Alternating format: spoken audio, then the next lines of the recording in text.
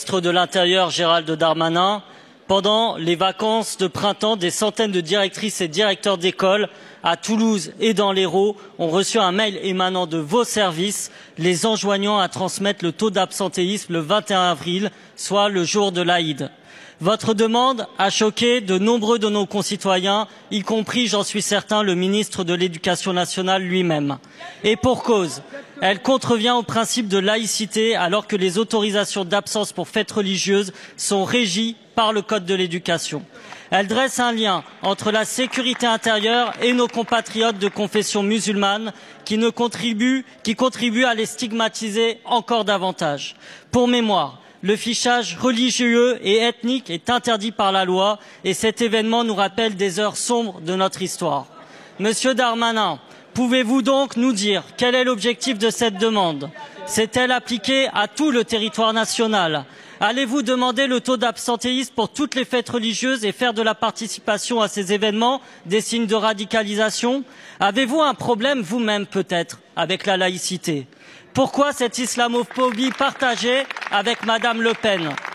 Êtes-vous enfin prêt à formuler des excuses auprès du personnel enseignant et de nos concitoyens qui se sont sentis blessés par cette nouvelle affaire? Je vous remercie. La parole est à Madame Sonia Baquet, secrétaire d'État chargée de la citoyenneté. Merci Madame la Présidente, Mesdames et Messieurs les députés, Monsieur le député Picmal. Non, Monsieur le député, il n'y a pas de fichage des élèves en fonction de leur appartenance religieuse dans l'école de la République.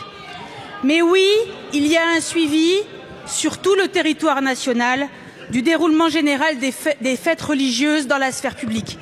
Et il y a un suivi pour toutes les fêtes religieuses. Il y a un suivi des heures et de la fréquentation des grandes messes pour la religion catholique. Il y a un suivi du déroulement des processions et des célébrations pour la communauté juive dans le cadre de la fête des Lumières. Et ne pas suivre l'impact de ces fêtes religieuses serait une faute des services de renseignement. D'ailleurs, ce suivi a été fait également lors des précédents quinquennats, quelle que soit la majorité, et c'est bien normal. Donc oui, la demande a peut-être été formulée de manière maladroite, mais non, demander des informations générales sur l'impact des fêtes religieuses ne signifie pas de quelconques intentions agressives à l'égard d'une quelconque religion. Et vous demandez des excuses, Monsieur le député, c'est vous qui devriez présenter des excuses, parce que c'est vous qui affaiblissez la République en étant d'une telle mauvaise foi. Je vous remercie. Merci beaucoup, Madame la Ministre. Monsieur Picmal. Oui, je vois que vos réponses restent ambiguës, un peu comme le rapport à la laïcité de Monsieur Darmanin qui se défausse. Je regrette que vous n'ayez pas un mot d'excuse pour ceux qui ont été blessés par cet événement.